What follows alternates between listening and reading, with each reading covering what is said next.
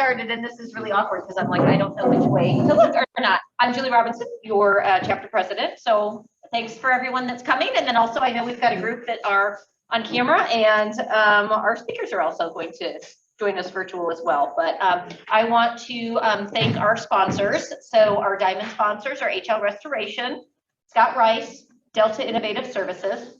Our gold sponsors are Hallmark and Surf Pro. Our silver sponsors are Garmin, and bronze is Herman Miller, RUI Construction, CertaPro Painters of Johnson County, Sanger Industries, Unity Village, and Seasonal Solutions Concept. So let's give a round of applause for all of the sponsors. That's how we continue to move along. We have a new member breakfast that's coming up on Thursday, October 14th from 7:30 to 9 a.m. and that's at MCRI. So Sasha St. John is gonna be our wonderful hostess there. They've got a great new space if you haven't been there. So we're looking forward to that. So everyone's welcome. There's no cost for that. So please show up and do some networking, and maybe you'll find a committee or a group that you want to join up with. And then also our latest and exciting news is holiday party December 9th. It's going to be at J. Rieger and Company. It is going to be over the lunch hour, but we will have beverages, so plan your afternoon accordingly. And Ashley, spirited beverages, and Ash is coordinating that. So if you are interested in helping sponsor that, either for lunch or the bar or any other activities, entertainment, we do have entertainment planned, and then also we usually have some lovely prizes on the holiday party. So hopefully everybody can join us for that. And then our committees, we have lots of opportunities on some of our committees. So communications committee, so that's our social media, graphic design, email, and the website. Programs, planning on topics, and securing speakers.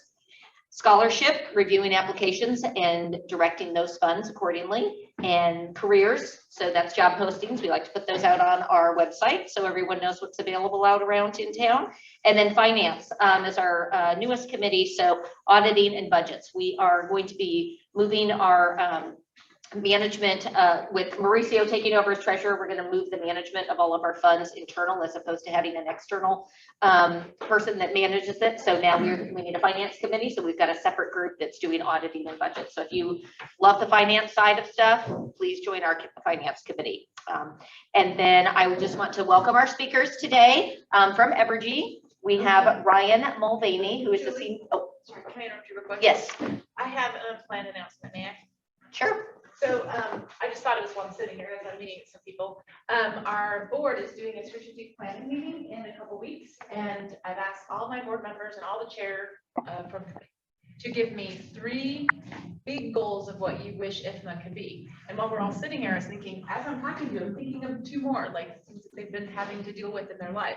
So if while we're here, think of those things and maybe email me or write them on a piece of paper or grab me up as we go. Like, what would you like IFMA to be in the future? And that's really, you guys probably know better than we do, or at least as well. Yep, absolutely. Great. Thank you for bringing that up. Yep, we do have that coming up. So with that, we will get going with our presentation. So our speakers are from Evergy. I'm Ryan Mulvany, Senior Director of Operations, Analytics, and Support, and David, Sutphin, Director of Customer Solutions.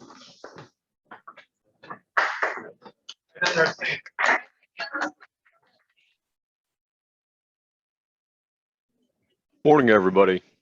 It is still morning, right? By 2 minutes. Okay, got it. Can you hear me? Can you do a sound check? Yeah. Got a thumbs up? Okay, good. Can you see the presentation? Is there a screen in front of you? Let's make sure that first. We can see you. Well, that's a start. While we're queuing that up, let me apologize for not being there in person. You're actually like maybe 2 blocks down the street from where I live. So when I first got the invite, I was like, well, this will be great. I'll just take the trolley trail and walk on down to the new community center. And we've had a little COVID bouts in our household. So my son was diagnosed a couple weeks ago. He's doing fine.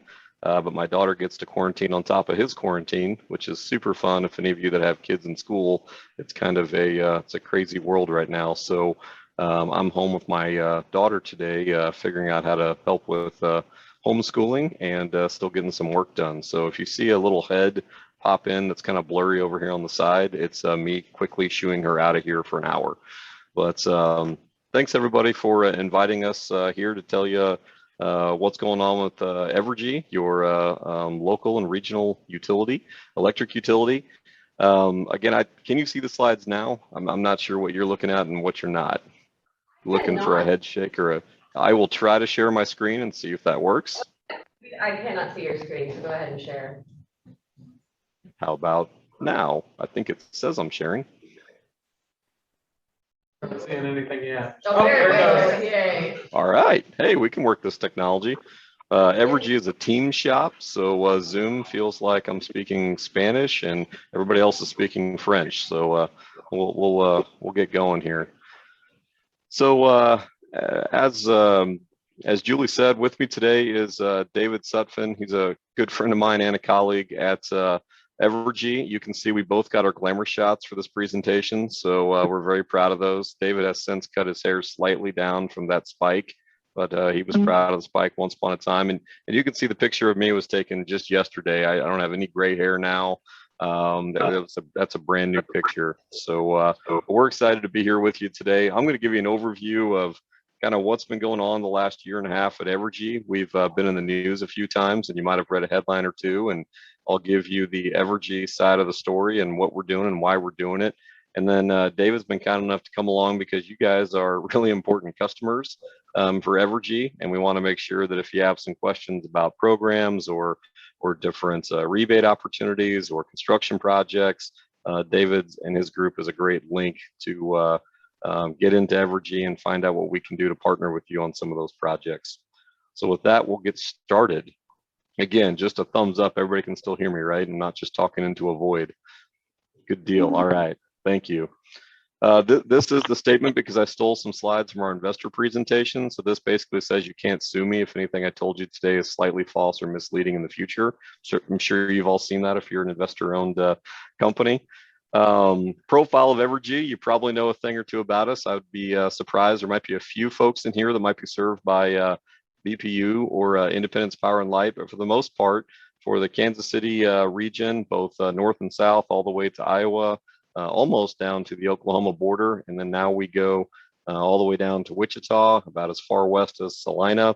It's a broad, expansive territory that has both a mix of urban and rural customers, which provides us some challenges and some opportunities to serve our customers in different ways.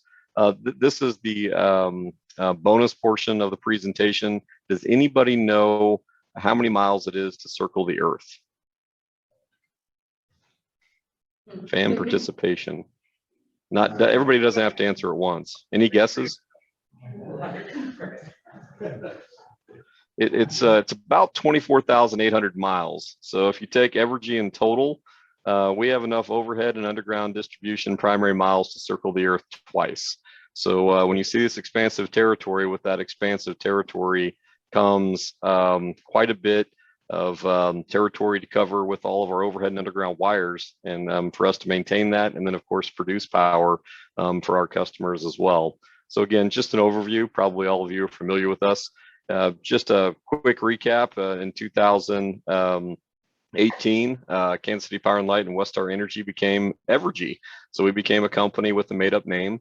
We're all becoming familiar with made-up names, and I swear we looked far and wide, and every name that is already a word in the English language is taken or copyrighted. So Evergy is what we came up with, and we're pretty proud of it. Mostly we're proud of the fact that we stayed local.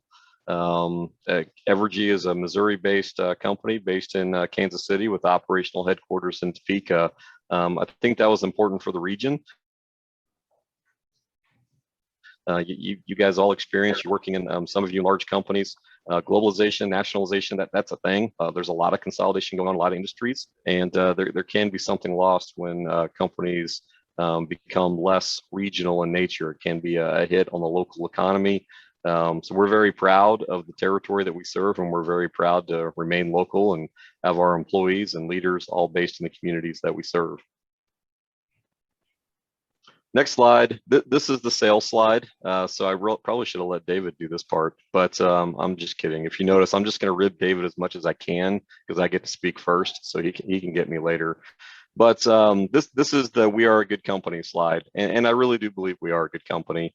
As I mentioned, Evergy was formed out of 2 local utilities, Westar based in Kansas, and Kansas City Power and Light based in Kansas and Missouri, bordering the state line pretty much all up and through Kansas City. You see, annually we give $7 million in philanthropic support. We spent historically, and we're planning to spend a lot more than that this year, $113 million with diverse suppliers. We have a big initiative right now to try to increase that. And I think the thing that we're most proud of is that since 2005, we've reduced our emission levels 45%. And I will tell you, the slide has a little bit of dating to it. I have some access to some data that's a little more fresh. It's closer to 50% now. So, why is that important? It's important to Evergy because we have a lot of stakeholders in the company, and the stakeholders are, of course, you, the customers, both you as a residential customer and you as a business customer and the businesses you all represent. We have shareholders that expect a return, and we have our employee base as well, which is 5,500 employees strong that, again, all based in the region here, all paying taxes, all relying on the community that it lives in to serve it. And that's what Evergy is trying to do every day. So this STP thing, what is STP? I was kind of asked if I could give an overview of STP, Sustainability Transformation Plan. That's the last time I'm going to spell it out. So it's on the slide deck, and we'll make sure we send this out to you. But what is the STP and where did it come from is what I'm planning on going into here in this next section. So STP was spawned at a normal planning cycle that a company goes through, and then it was somewhat accelerated by the fact that a company by the name of Elliott Management announced that they had taken a large stake in Evergy early in 2020. They actually started engaging with our senior management late 2019. Do any of you know who Elliott Management is, or have you read an article? Have any of your companies been impacted by Elliott? They are what some would describe as the underbelly of capitalism. They're an activist investor, and the only thing Elliott cares about is returning money to its shareholders, plain and simple, however, whatever means necessary. So when they engaged with our leaders in late 2019, we engaged in some conversations, and we said, thank you for your interest. We understand your plea, and we'll take it into account in our next planning cycle. When they went public in early in 2020, that required Evergy to somewhat react to the news, and we began working on a plan that would be agreeable to both them and all of our other stakeholders. And I say that all of other stakeholders, and we're really serious about that. Evergy could have come up with a plan that just said, look, we're going to raise rates, which will make all of you in the room very happy, both as a residential customer and a commercial customer. Maybe some of you are even industrial. Everybody loves rate increases. I mean, they're super popular. We announce them. We get a lot of press for them. We understand there's fatigue from a rate increase standpoint. We can't just keep doing that year after year. And yet we have costs that are going up. I mean, there's no doubt about that. Reliability of electricity is probably more important than it's ever been. We get more people freaked out when their phone nowadays can't be charged at their house when their lights are out than they ever do about the refrigerator or anything else. It's just an interesting world as to how things have evolved. And as Evergy, we have to react to that. But we have customers, and we just can't keep raising rates. So how do we come up with a plan with Elliott that'll continue to return a fair return to our shareholders, and yet not stick the entire bill with our customer group? That was an important thing that we endeavored to do, and the way we decided to do it was not showing you my inbox, but bear with me. At least you know I do have. So we did it on 2 different ways. You can see the top line is we did target a rate-based growth, but it was a different targeted rate-based growth than you might expect from what you've seen in the past. A rate base for a utility is essentially a utility's nuance on the balance sheet. So it's the assets that we have. It's important in our rate-making process. So we said we're going to increase rate base 5 to 6%. The bottom left graph shows we're also going to reduce our expenses 25% through 2024. So it's not just rate increases, it's a significant reduction in our operating costs, both working smarter, we're working leaner, and finding ways to be more efficient in the field. David certainly heard it, I've heard it, and in my career, I've even seen it at times and had to address it. You know, there are times where we have crews that maybe aren't as efficient as they could be in the field, and we've got to fix that. We've got to own that as a company and do a better job serving you, our customers, and our community, and we're endeavoring to do that every day, and that OpEx cut is reflective of that. All of that equates to an EPS growth. So there's a few ways that EPS being earnings per share. So that's the Elliott part, is the right side. The left side is what we're doing and how we're managing that from a customer perspective. A lot underlies this, so this is a somewhat high level slide, and I'll go into how we're kind of doing that on the next couple slides. I might just stop here. It's kind of an awkward deal. We're getting great practice on hybrid meetings. So you all are getting used to, some of you in the room, some of you are on Zoom. Do we have any questions? If we do, you can come off mute and ask, or maybe even type them into the chat if you wanted to do that. And if you're in the room, I might ask Julie or maybe one of the board members to moderate the questions in the room just to help us there. Any questions before I keep going here? All right, you can hear, I can hear a pin drop. I'll keep going. So what was that investment strategy? Well, I said it was a little different than what we've done in the past. And I say that when you see this pie chart on the right side here, historically, utilities have essentially kept up with our growth since post-World War II. And our growth for the need for our product ranged from anywhere from a guaranteed 3% to possibly up to 6 or 7% in a given year, as subdivisions grew and businesses grew and towns grew and cities grew. So did the local utilities that went with them. And most of the investment for local utilities during that time frame was on keeping up with the growth from a wire side standpoint, and then more importantly, keeping up with the growth from an energy standpoint. How do we create enough energy to serve that need? And that energy that we create comes from, in our particular region, it comes from Wolf Creek Nuclear Generating Facility. It comes from our baseload fossil coal plants.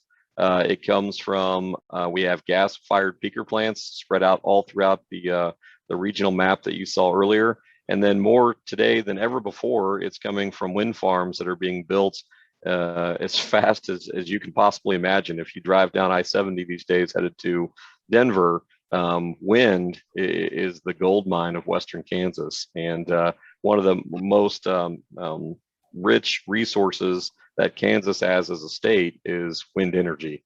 And it's going up as fast as they can possibly be sited and built and connected to our grid. So the difference you see in this pie chart is this orange. All of a sudden, our investment going forward is going more to the grid than ever before. You don't see a lot of generating facilities. That's the blue over here and has been much shrunk in the latest plan. And that's twofold. One, like I said, the grid somewhat took a back seat as we built a lot of generation over the last 30 and 40 years. The other reason it's going towards the grid versus the generating facilities is because we believe over the next 30 to 40 years that there's a seismic shift coming in how energy is going to be produced. A coal-fired power plant, if any of you have ever driven by them, they are, to me, they're like marvels of the world. You go up to them. I visited our Jeffrey Energy Center, which is north of I-70, just north of Maryville, Kansas. That is a machine that is awe-inspiring when you stand next to it, but it is also a machine that is incredibly capital and expensive intensive in trying to keep running. And it has tons of employees that work at that plant. That plant can be replaced with renewable energy today that requires many fewer people and much less cost, and lasts predicted the same amount of time as a coal-fired power plant when it opens. So the reason we're not investing heavily in our fossil generating stations is because we believe that their useful lives are very much at risk as they all get to the end of their useful lives, meaning we won't be extending them. We won't be doing major multi-$100 million retrofits to those plants to keep them going forward. So the shift is to the grid, and that makes sense for a couple reasons. One, like I said, your reliability is more important to you than it's ever been. You may not even realize it, but I bet you all realize it when your lights go out. When there's that big storm that rolls through the territory and your lights go out, it's amazing. Even in my career at the utility company, customers used to be able to make it 24 to 48 hours, and everybody was relatively reasonable. And I'm not saying customers are unreasonable nowadays. I'm just saying expectations have changed.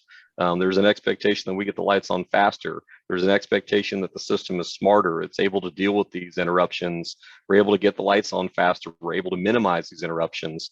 And the technologies that we're rolling out to the grid today and have planned for the future are quite cool. We'll go into those in a little bit, but there's a potential. I've got it added up here in my notes, so give me a second so I can throw out some numbers to you, so maybe you think I know what I'm talking about.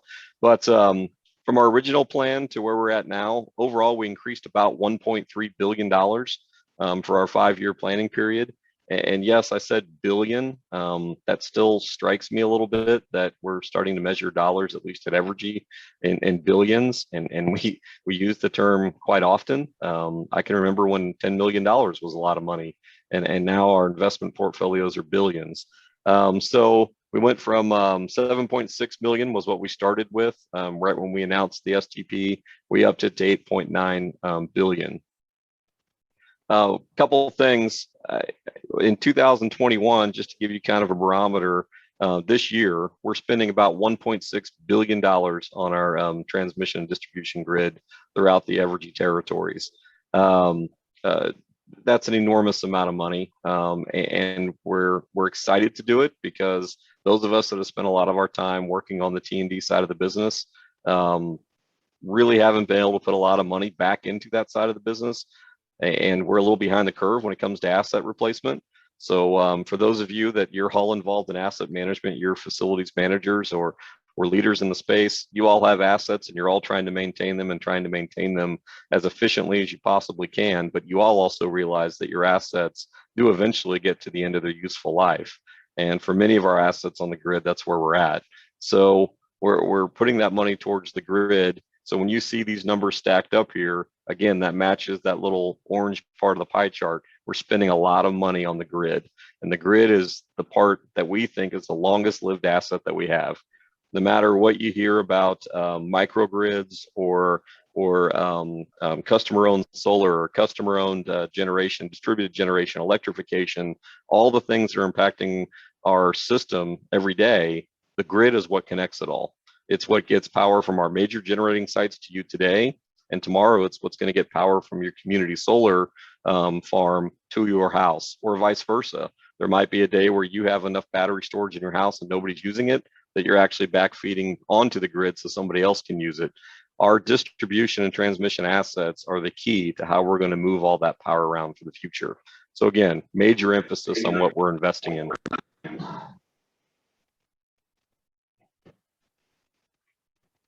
So breaking down that incremental spend a little bit, the top 2 lines on here, these are nuts and bolts. This is replacing the aged assets, the distribution and transmission assets that we have out there. The stuff, it's kind of amazing how the numbers get a little small. Again, 300 million on this chart looks small, but we are investing in some cool technologies that we're rolling out, both software and operational devices in the field. And then there also is a investment being made in renewables going forward.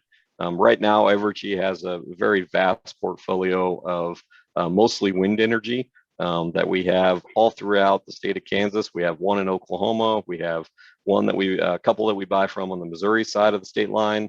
Again, most of it targeted to Western Kansas because that's where the most expansive amounts of wind are that turn those turbines. But we're continuing to look forward, and because we're so wind heavy, most of our renewable plans moving forward are turning to the solar side of the equation. And there's good reason for that. Again, all of you are facility managers, so you've probably started looking into solar yourself. For us, it matches our load curve very nicely because we are in the most demand between 5 o'clock and 7:30 every night, especially on a weekday, because that's when commercial businesses are still open, are still running their air conditioners in the middle of the summer. And that's when residential houses are starting to fire up their air conditioners as they come home. So it's air conditioners, it's dishwashers, it's opening your garage door, and then taking that exponentially throughout our entire grid. We have a load curve, and that's when it peaks. It just so happens that's when solar energy peaks as well. Solar energy is super useful for us during peak loads to help us get through that part of the day. And battery technology, batteries is really the future key to renewables, is coming a long way. Not quite to where we would consider it utility scale today, meaning Evergy is not investing tens of millions of dollars in batteries today, but there are plenty of utilities that are doing it on the West Coast, some on the East Coast. Sometimes the nice thing about being in the center of the country is we can look east and west, learn from what went right, and sometimes more importantly, learn from what didn't go right with some of the rollouts, learn from them, and then bring that to the Midwest and roll those technologies here. Because wind energy is great only when the wind's blowing, and solar energy is great only when it's sunny. Once you get out of those two primary factors, and if you can believe it, the wind doesn't always blow in Western Kansas. It does like 80% of the time, but there are some days where it doesn't, and trying to forecast that and balance out our baseload generation with that is quite a challenge. So we see generation renewables being the key to our future, and then eventually pairing those up with batteries so that we can dispatch those renewables to you when you want them to run today. I'm going to kind of stop here a little bit, mostly to take a drink of water, but see if there's any questions thus far.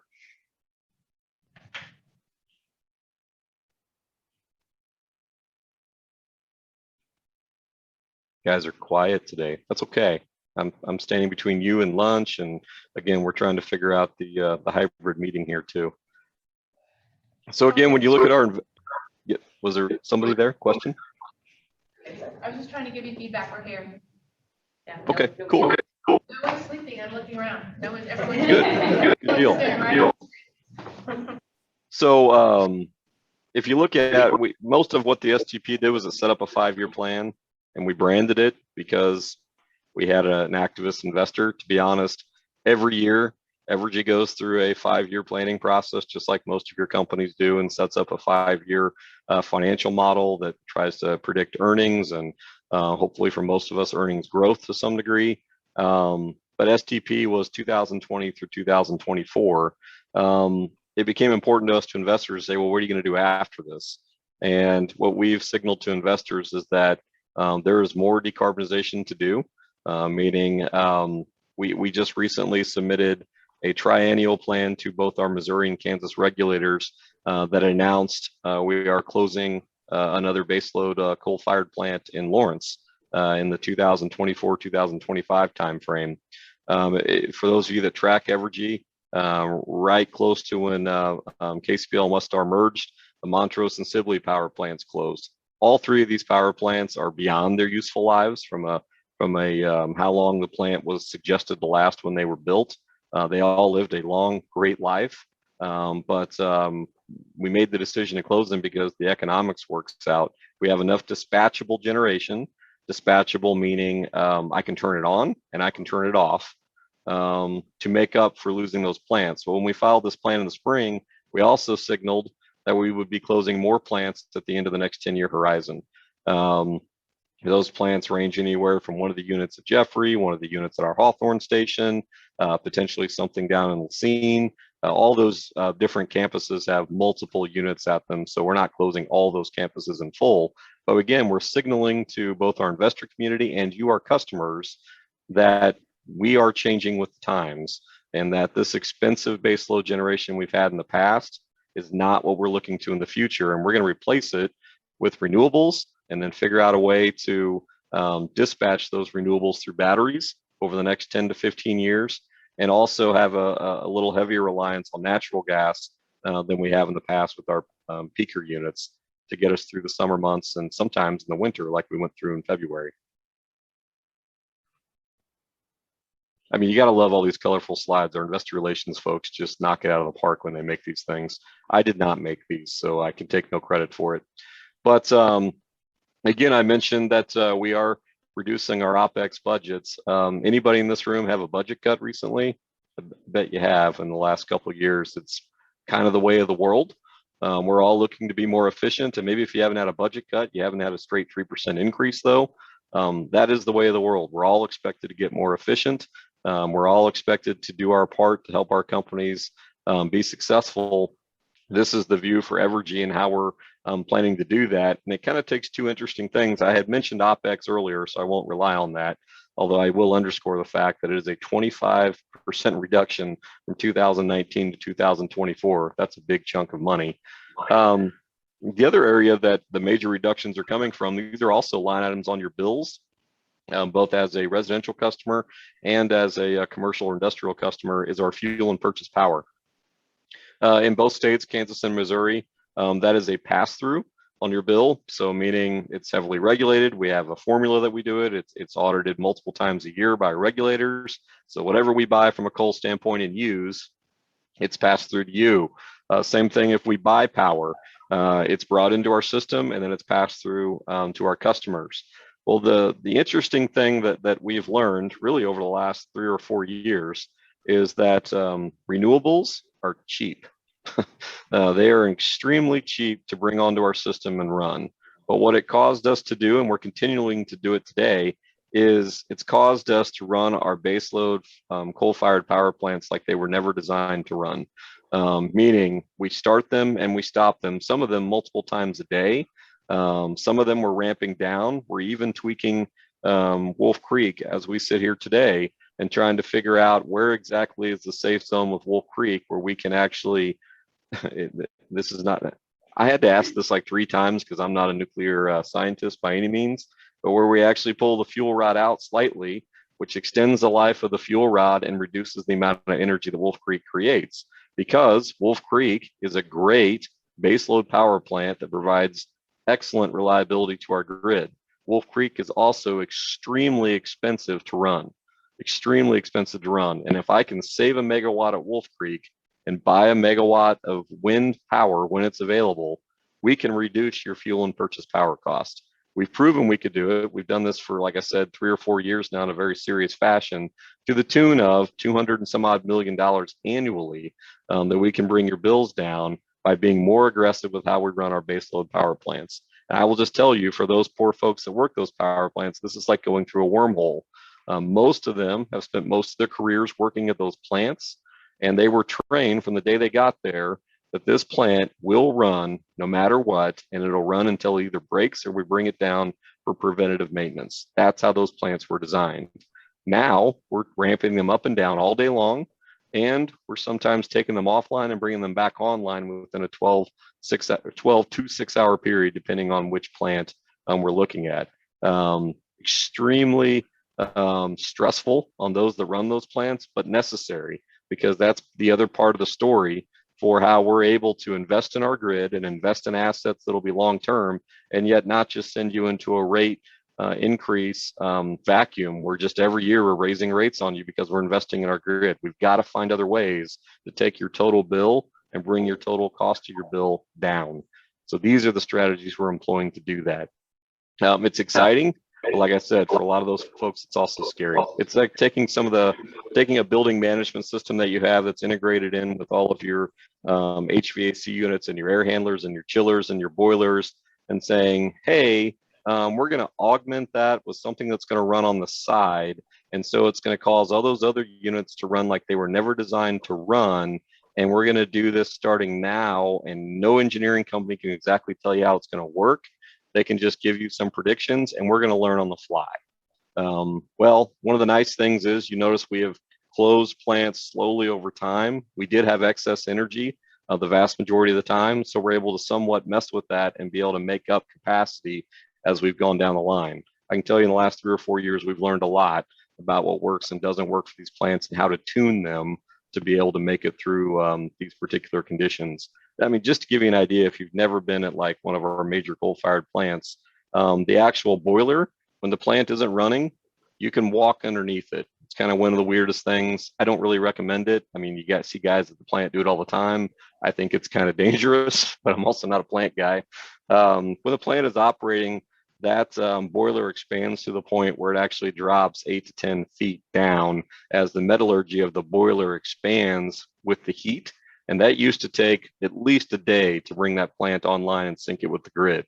Now we're able to do that in a matter of a few hours, and we're able to modulate that and control that expansion of that metal to where we don't obviously just split it or break it when we're doing these things. So pretty cool technology, but again, it's how we're trying to return value to our customers and not just saying, hey, we'll see you at the next rate case. I know you love Evergy. It's just going to be another 3% a year. Trying very hard to avoid that. So I mentioned sustainability a little bit. I've talked about closing some plants. This by no means, I don't want this to be a political discussion, and it's not political. Evergy, it has to be a reflection of the communities we serve. We certainly, as in the Midwestern community, are more conservative than we are on the coast as a nation, and that's fine.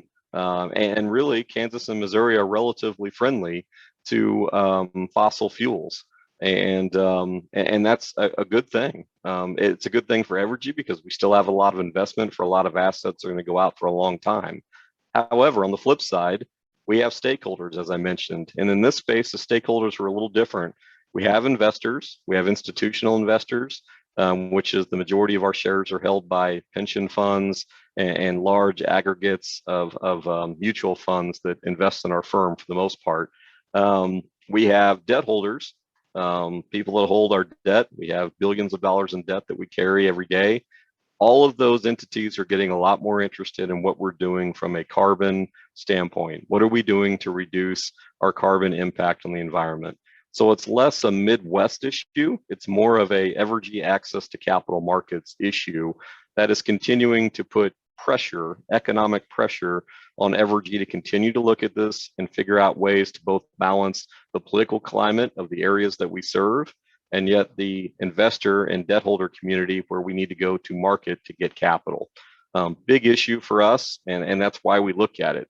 The other simple reason that Evergy is slowly but surely looking to decarbonize our company is because it makes financial sense. I just told you earlier, if I can run a coal plant only when I absolutely need it, and I can accept renewable energy otherwise, if I can figure out a way to run my plants that way, it benefits you guys as customers, and it benefits me as a customer. I mean, I get an Evergy bill just like the rest of you, and no, I don't get a discount. We get that question a lot. There is no employee discount to Evergy. I see David smiling. I swear I get that question 10 times a year, but it makes financial sense, and that's something that we've proven, and that's something that we continue to look forward to. Now, did any of you lose power in February? David sometimes looks at me like I'm crazy because I'll bring up topics like, why is he talking about the winter weather event? I heard somebody say, yes, I lost power. In fact, the community center you're at may have lost power because I know my circuit was off for a couple hours. That event certainly made Evergy take a different view of what's the value of capacity. Dispatchable capacity, meaning I can turn it on and I can turn it off. Evergy was never in a position where it could not serve our customers with the power we produced, but the entire country is divided into regions, and we all pool our generation resources as a region, and then we buy them back. And we have this thing called SPP. I'm sure you all became an SPP expert in a week because it was all over the news. Evergy was talking about it. You had mayors and governors talking about it. SPP is just an area, it's a pool, literally a pool we're a part of, where we pool power. So they control the transmission grid and the generation grid. And I think what Evergy learned from that is there is a value in capacity. We need to find a way to do it economically, meaning it doesn't make sense to just keep coal-fired plants running just for the sake of keeping them running. But for example, the decision to close our Lawrence plant is being somewhat reconsidered right now at Evergy because Lawrence is one of the few plants we have that's a dual fuel plant. And if we can turn it into a natural gas plant and reduce the headcount there over time and reduce the cost there, but still have the capacity available for those types of crazy once in an every 20-year event where temperatures get to the point they are, then maybe that capacity is worthwhile. Because I can just tell you, I've worked in the operation space for the better part of my career, which is around 18 years. We ran drills every year on what we call black start and how to go through our system and cut off load when power wasn't available. We always all thought that was just a folklore type of situation, that we would never be there. I can only imagine David's role in that thing being a key customer contact, and we're doing some type of a rolling blackout to be able to sustain our grid. Certainly not something we ever thought we'd do, and it's something that we've now baked into our next 5 and 10 year planning cycle to make sure that we're not just cutting off power plants because it makes sense to the bottom line. We still have a duty to our customers and our other stakeholders out there to provide reliable capacity to our customers. So we learn every day, just like you all do. I hate to say some of our lessons are more painful than others, and certainly SPP and the entire federal environment around transmission and power production has somewhat rethought how fast the transition to renewables is going to go, because I can't turn on and off a solar farm, and I can't turn on and off a wind farm. They're either producing power or they aren't, and they're producing it at variable levels all the time. Whereas I can turn on a gas-fired plant and it will run at exactly the level I expect it to run until I tell it to turn off. Just an interesting environment that we've kind of been operating in. This is just a chart that shows kind of some of the scenarios we were considering at the beginning of the year. And earlier this year, Evergy did announce that we would be carbon neutral by 2045. So again, you get to a certain size of a company. Again, some of those stakeholders I mentioned have been putting pressure on us and others. If you're a large company, you've probably made some type of carbon announcement to this point. It's just popular out there. And as facility managers, you're all probably having some discussions with some of your environmental folks or even some of your corporate leadership about what are you doing long term and all the space that you manage to make those locations more energy efficient for the environment. And there's lots of cool technologies out there to do that. There's lots of certifications you can go after too, as all you folks know. Some of them are worthwhile, some of them you pay for, but at the end of the day, it's all kind of driving towards the same goal of trying to, over time, in a smart way, reduce our reliance on carbon creating technologies. And that takes every form, whether it's a utility that has baseload coal generation, or the fleets that we drive around as Evergy, and a lot of your companies have fleets, and then certainly the facility footprints you have as well. So that's kind of an overview of Evergy and the STP. We're 1 year into it. We're excited about our story. We think it's a good story. You know, I'll take your questions, but I'm kind of going to go into David's area and let him transition to a little bit of the customer program side of things, because I have a feeling that's what you all really care about, and I don't blame you. And then we'll take any questions you might have after that as well. But thanks for your attention so far. Oh, I have a hand up. So Sam, I can take your question before David comes up. I'd love to preempt David. I think Nathan Guffey had his hand up first, so I will give my time to Nathan first. Perfect. Well, thank you, Sam.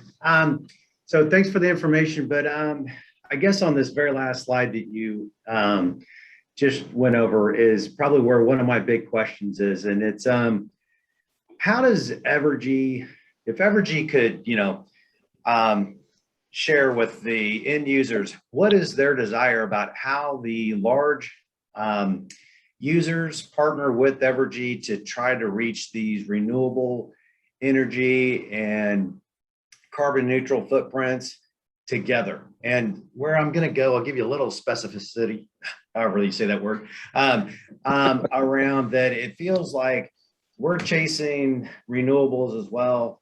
Evergy is chasing them. And come 2045, we're all going to look at each other and say, well, I've got some, but yet my utility provider already has it as well. So can you expand on that a little bit? Sure.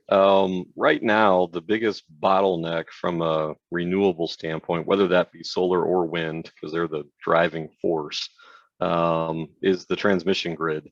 The transmission grid was designed, you know, 60, 70 years ago, and just continues to grow as the system grows, but was predominantly designed to take power from relatively small number of sites and then distribute that over its entire customer base. That's how every utility grew up. And that model has somewhat been flipped on its head because now a solar farm can go anywhere. I mean, technically a wind farm can go anywhere. And the interconnects that it require to go onto the transmission grid, it's not just as easy as saying, hey, I've got 50 megawatts. Crown Center wants to buy 50 megawatts directly from us. Can we just plug into your grid and do that? You say, well, I'm not going to say no, but there is a process to how we have to study that impact because the transmission grid's in a closed loop and it only has so much capacity and whatever capacity to grow to handle that 50 megawatts. And then of course, to get you that power, it's all theoretical, but theoretically that power has to be delivered is the challenge. And transmission's exceedingly expensive. I mean, those are the large steel towers and structures you see with the big wire, typically bordering highways and other places. That is the challenge. And there's been a ton of talk federally, tons of talk federally about doing more with transmission. But the question is, who pays for it? Meaning, is that a cost that's borne by all customers when this wind farm wants to interconnect, or is it just the wind farm that has to pay for it? Right now, the way the system works is essentially the wind farm has to pay for it, which is fine. But again, there's a backlog of, we have hundreds of these applications out there to plug into our grid. And how do we model all these different changes to our grid and still keep the stability to be able to deliver power to, Rose, I'm not going to get that right. We're the community center where the IFMA folks are in person today. They may not be buying a wind farm, but Crown Center is. And how do we keep doing what our day-to-day customers want to do and yet evolve to assist with those that want to do otherwise?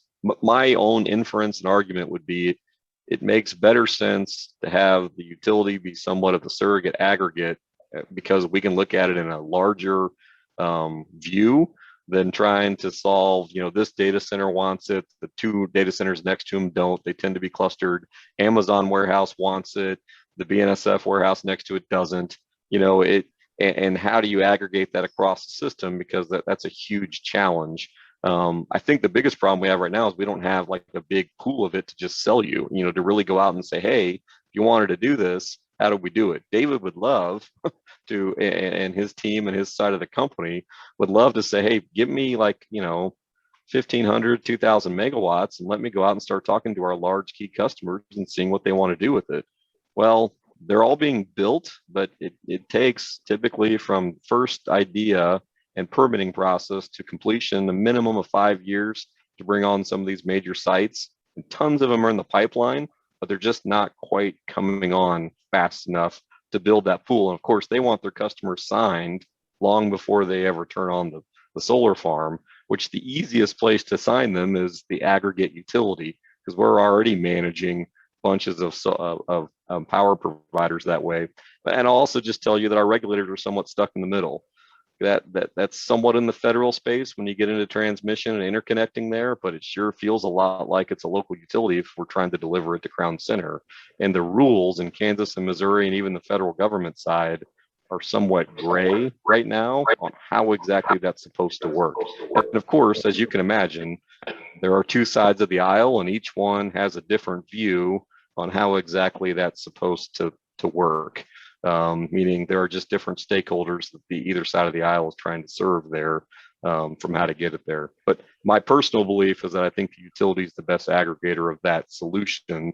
We just have to figure out a way to create a bank of it to where we can provide, the supply to go along with the demand. Right now, I think David would tell you he has a huge demand for it. Go ahead, David, if you want to comment on that. Yeah, no, we definitely have a huge demand. Is there an echo? No? Okay. A few of you, and I know Nathan Carey has talked with you in particular, right, with our Renewable Direct program. And so that's one of the things like Ryan was talking about. We know there's a big demand and need for partnering on renewable energy.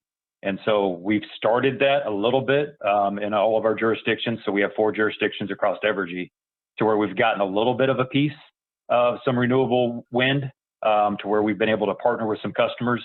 but it's not near enough. And we realize that. And unfortunately, a few of you are probably on a waiting list right now, as we try to procure and build more renewable energy to where we can kind of add that to what I'll call a second wave of our renewable direct program. So there's definitely a need and a demand, but like Ryan said, right, we're against time a little bit on some of this stuff, and regulators as well. We're trying to work through some other little obstacles that we have.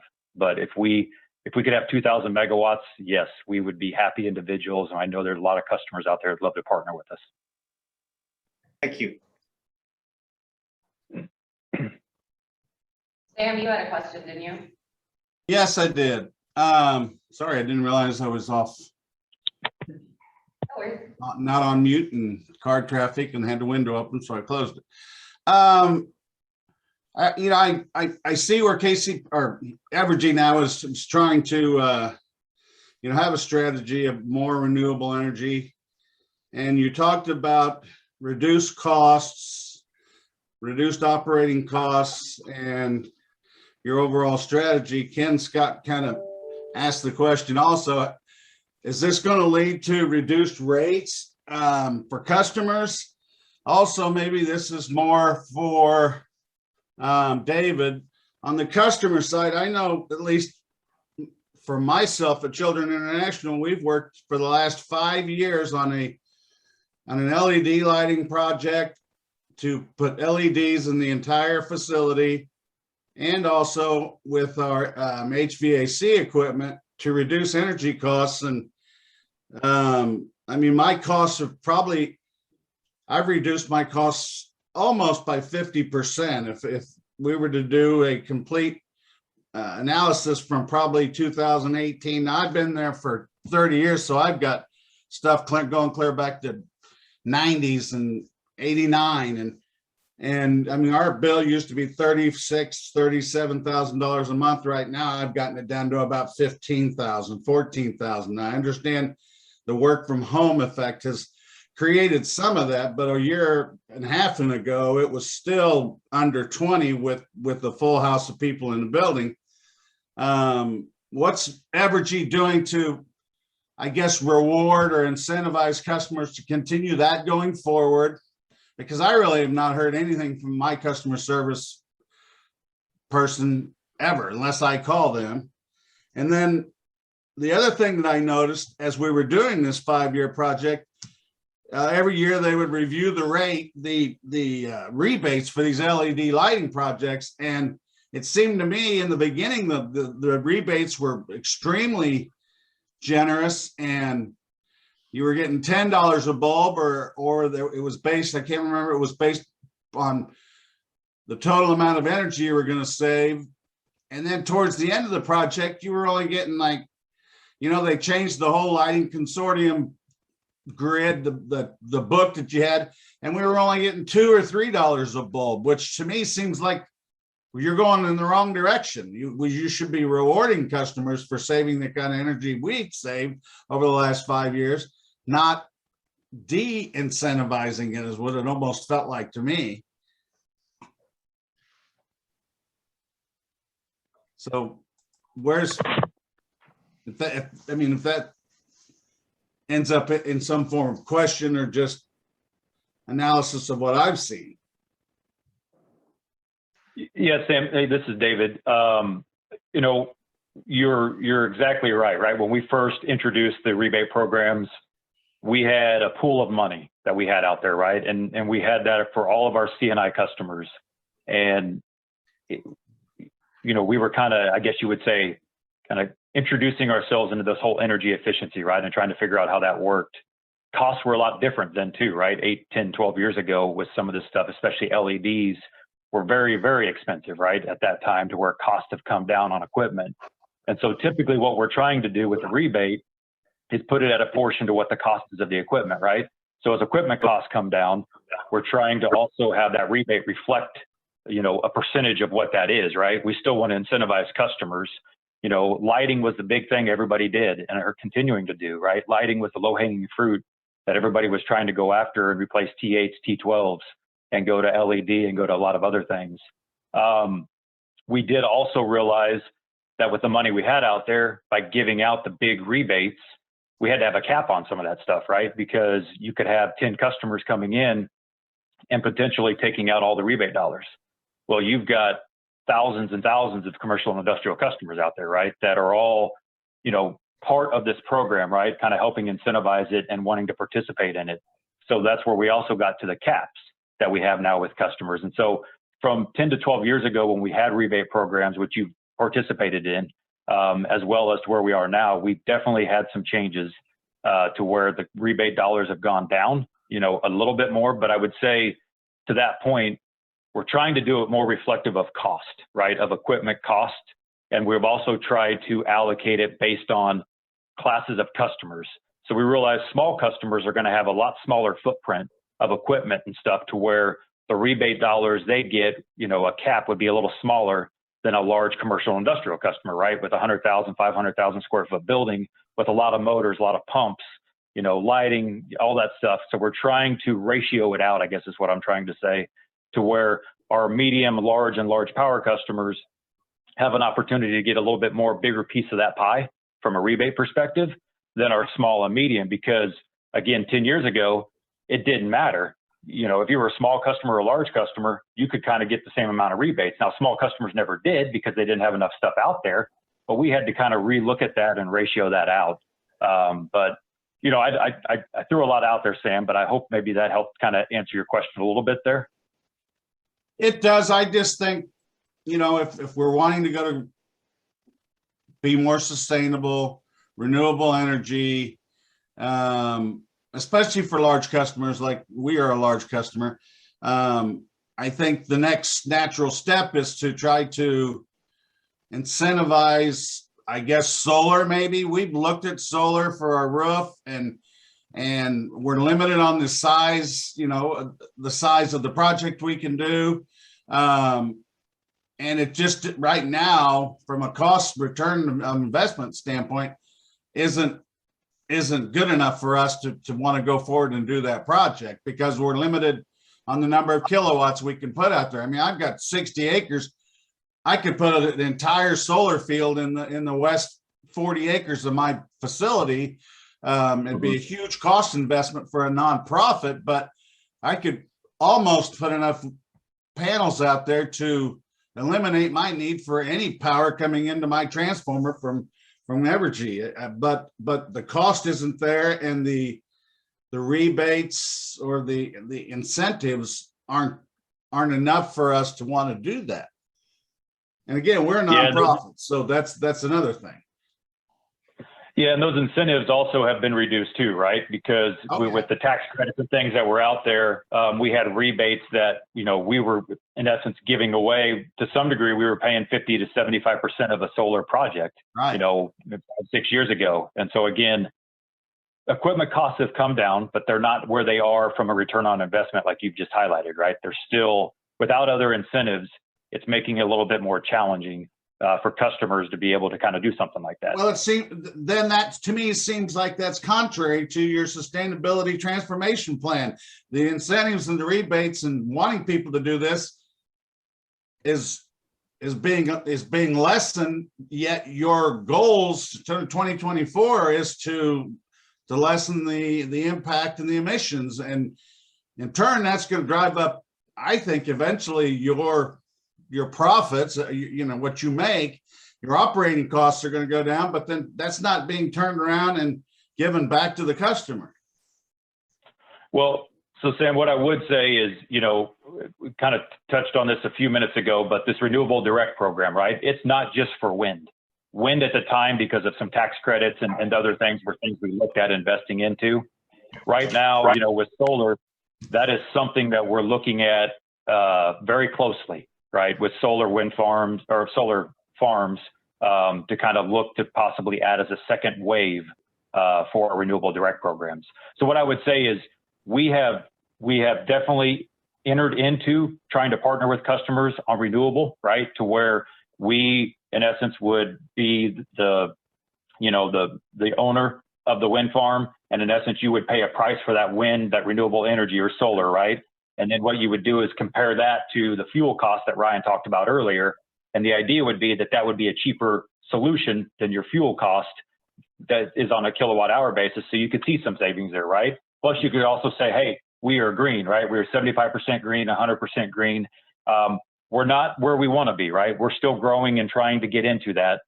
Wind has definitely, a couple of obstacles. Again, the timing of it, tax credits have been another thing that has been a little bit more of a challenge with that. Cost as well, congestion into the transmission, right? So there's those things, and I'm not trying to make excuses, but there's a lot of different variables that are out there right now that we're trying to look into. And we would love to be able to partner with you and a lot of our other mid-sized large customers that are in this room, right? To kind of be able to offer them and give them green energy. But right now, we're, I understand. we're still, go ahead. I understand. I mean, when we built our building, we built it in 2009 and 10. We had an addition, a complete renovation, and it was a LEED Silver, would have been a LEED Silver rated building if we would have applied for the USGBC. But we're a nonprofit. That was going to cost us money just to track all that information. We built it to the LEED Silver standards. We went 100% electric, got rid of gas.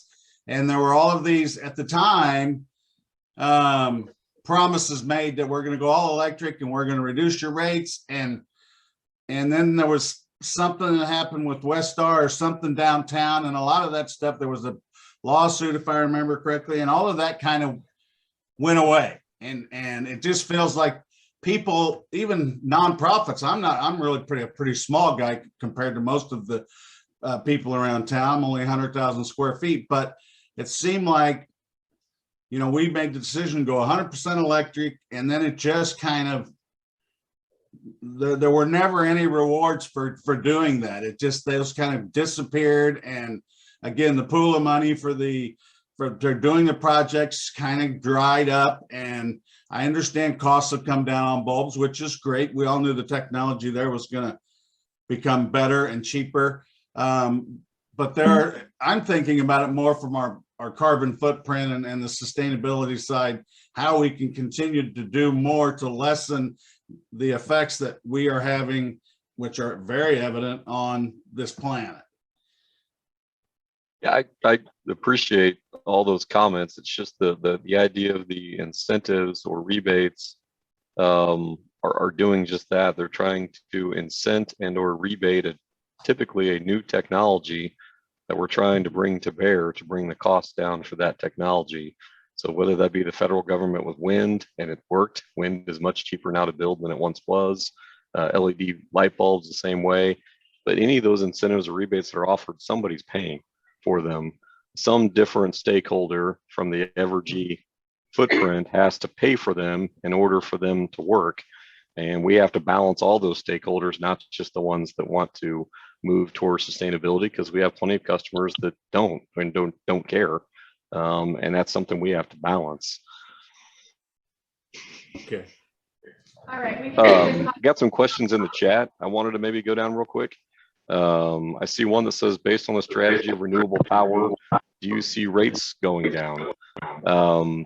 I think if we can use just a terminology thing, instead of saying rates, if we could say your bill, then the answer is yes. Because we're starting to try to look at how we deliver power to our customers based on the entire bill. The rate that we charge you is typically based on a kilowatt per hour sale basis, and it's based on your usage. We also have a fixed fee charge for customers as well, and there's all kinds of interesting rate design around industrial and commercial customers as well. But if the purchase power cost and or the fuel cost goes down, that directly flows to your customers in your bill. So regardless of whether the rate goes up or not, the other part is flowing directly to your bill to balance that out. And yes, we believe there's a very positive impact on your bill. Certainly think that over the next 5 years, there's a very positive impact of that. I really can't predict the future beyond that, because there's a lot of technologies and other things that are coming down the pike that we're going to have to evaluate. But I think, again, just take rate, instead of saying rate, say my bill, then the answer is yes. Another one, do you know if an end user can claim renewables and carbon neutrality progress and sustainability programs? If you mean, can you claim progress that Evergy is making? I think the answer is no, because Evergy is trying to claim the same things as part of our own ESG score. However, I do know that if you can reduce the amount of energy you're using, which is something even Evergy started tracking at our own facilities, there is a calculation for that and how that goes towards your sustainability goals. So the Evergy progress, I don't think so, but certainly energy usage and reduction in energy usage, I think the answer is yes. Hey, Ryan, one other thing to add to that real quick is just on our Renewable Direct program, those customers that are in there are RECs. So there's RECs obviously tied to their commitment, right? So they will be able to claim that on an annual basis as being part of that. So just as kind of more of an FYI for those customers that are in these programs, there is a REC kind of renewable attribute, right, that they can claim on their behalf, right, by being a partner in that program. So I just wanted to throw that out there for those that are part of that program. If you are part of that program, we'll be reaching out to you between now and the end of the year as we get going on that. But I just wanted everybody to kind of be aware that are in, because I know there's a few of you kind of in this meeting in the room that are part of that program. And so I just wanted you to be aware as this conversation was being brought up. Second to last question. Sorry if we can just get it in real quick. Kansas rebate programs are coming back, and I know David has died on that hill many times, so I'll let him comment on that. Yeah, we have. We would love for those to be back. We're doing everything we can to bring those back. We've been working with the Kansas Commission, going through conversations, obviously working with the right stakeholders involved in that to bring those back for a filing. Hopefully to where we can bring back Kansas rebates like we have on the Missouri side, right? A lot of the energy solutions, whether it's, energy efficiency rebates, kind of demand response programs, those programs that we offer on the Missouri side, we're hoping to be able to offer that in our Kansas Metro and our Kansas Central, which is a former West Star territory. So we are trying to file for both of those together. But as a timing on all that, we're still don't have any exact words or information yet on when that is, but I'm hoping 2022, we can have some progress to where we have some good news here that we can kind of circle back with customers on the Kansas side.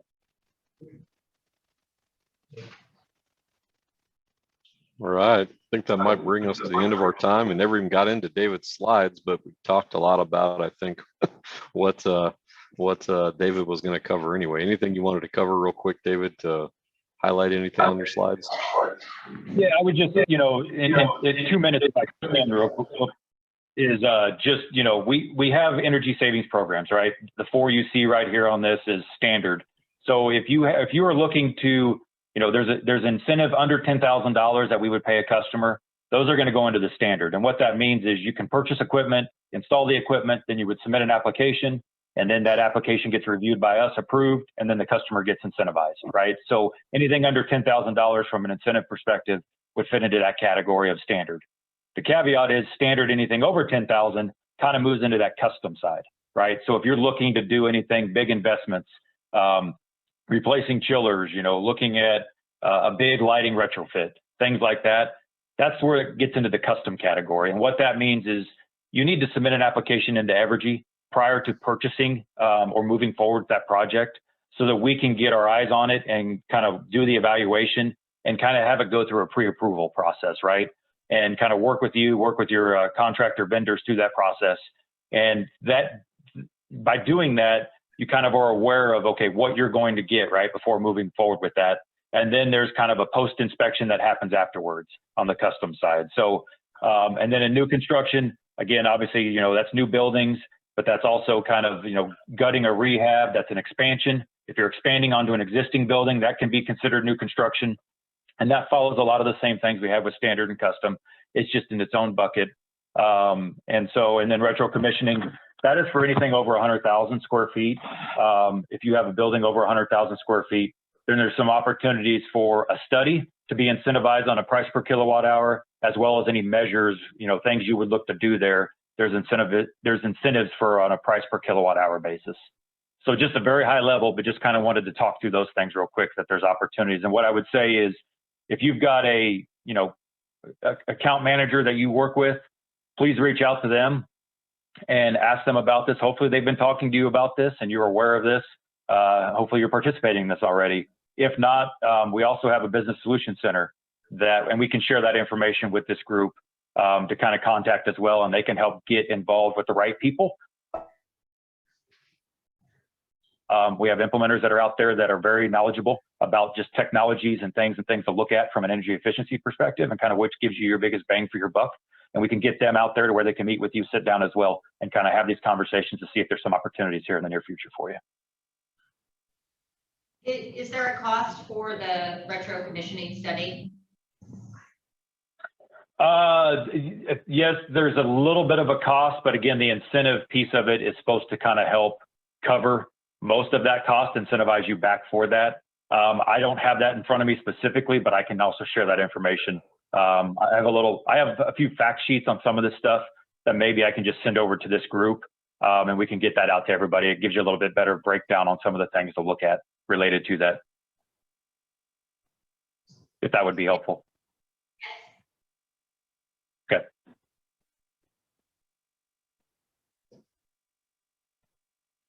All right. Anything else for the good of the cause? Appreciate everybody's time today. I saw Sam request some information. Just want to make sure that got seen.